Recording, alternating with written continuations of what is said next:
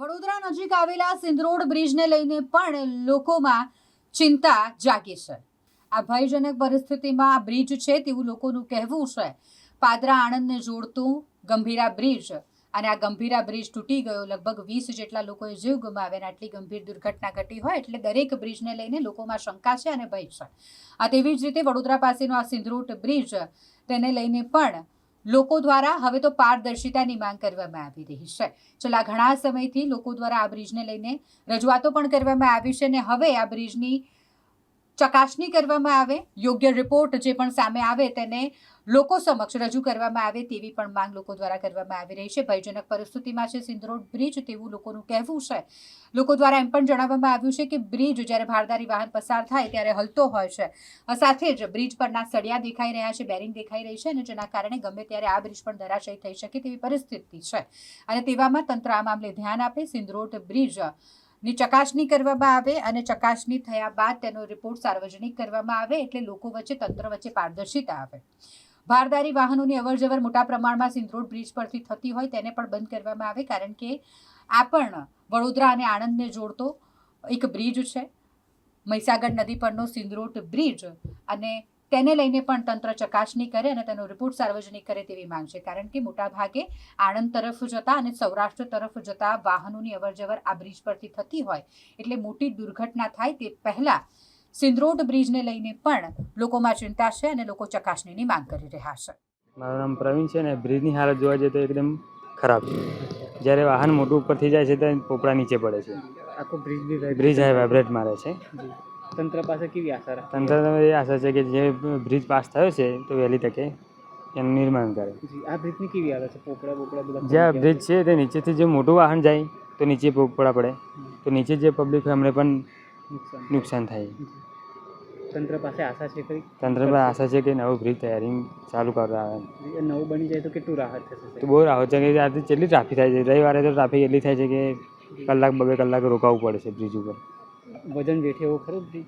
વજન ક્યાંથી એટલે જ્યારે આપણે તમને બતાવ્યું કે જે પેલી સળિયા બળિયા બહાર નીકળી ગયા છે બધે, એનું રિપેરિંગ કરવા માટે કેપેસિટી કરતાં વધારે જો કોઈ ભેગા થઈ ગયા તો તૂટીને પડી નીચે પડી જાય।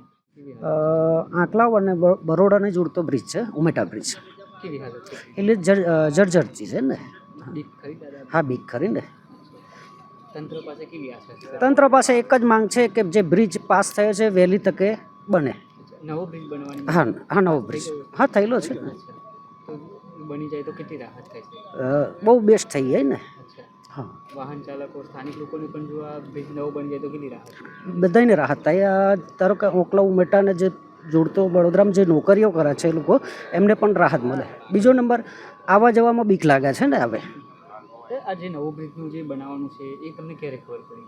લગભગ 2-3 મહિના થયા। અચ્છા, હા, ટેન્ડર પાસ થયું છે એવી વાત મળી છે। ટેન્ડર પાસ થયું. હા, કેટલી રાહત થશે જો આ થઈ જશે? અને આ જે અત્યારે જે હાલત છે એ કેવી છે હાલત? અત્યારે તો બ્રિજની જર્જરતા હાલત છે।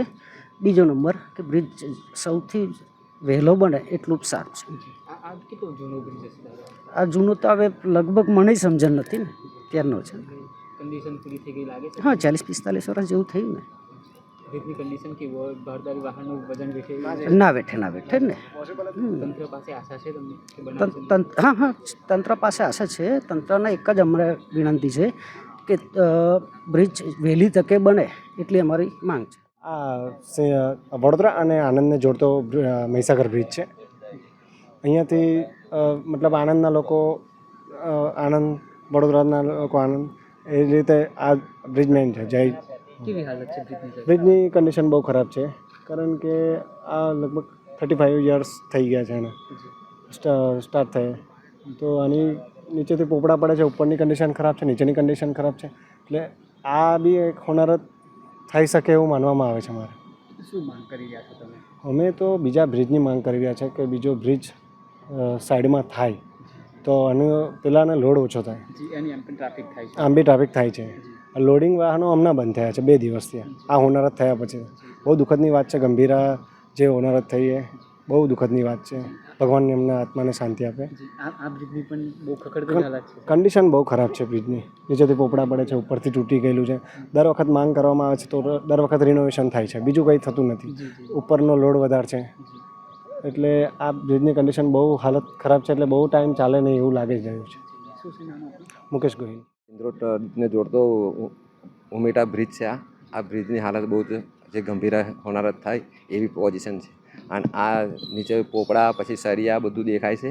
આજ હજુ આ ગાડીઓ જાય ને એટલે તરત મય વગર બધા પોપડા નીચે પડ્યા છે. એટલે આ બધા જે મહીસાગર જે બધા આવે છે ને એ લોકો તરત ત્યાંથી બહાર નીકળી જાય છે એવી પરિસ્થિતિ છે. અને ઉપર તો જોયું કે બધી ત્રાડો પડી ગઈ છે. અને વારે ઘડીએ શું કે પ્લાસ્ટર મારી અને ખાલી 2 બમ્ફરીઓ કરીને ઠીંગરો મારી નાખી જાય છે એવી પરિસ્થિતિ છે. અને આ થવાની સંભાવના છે, પણ હવે બંધ રાખી છે ગાડીઓ હવે લોડિંગ ગાડીઓ ખાલી 2-3 દાડા બંધ રાખી છે. નહીં તો આ તો ચાલુ જ હતી, બધી લક્ઝરી છે. આ સ્થિતિ છે. અમે કહું કે બીજો બ્રિજ બાજુમાં થઈ જાય બહુ સારું કહેવાય. નહીં તો આ બ્રિજ તો ચાલે એવી પોઝિશનમાં છે જ નહીં હાલમાં એવી પોઝિશન. શું નામ છે દાદા? પૂનમભાઈ ફતેહસિંહ ગોહિલ.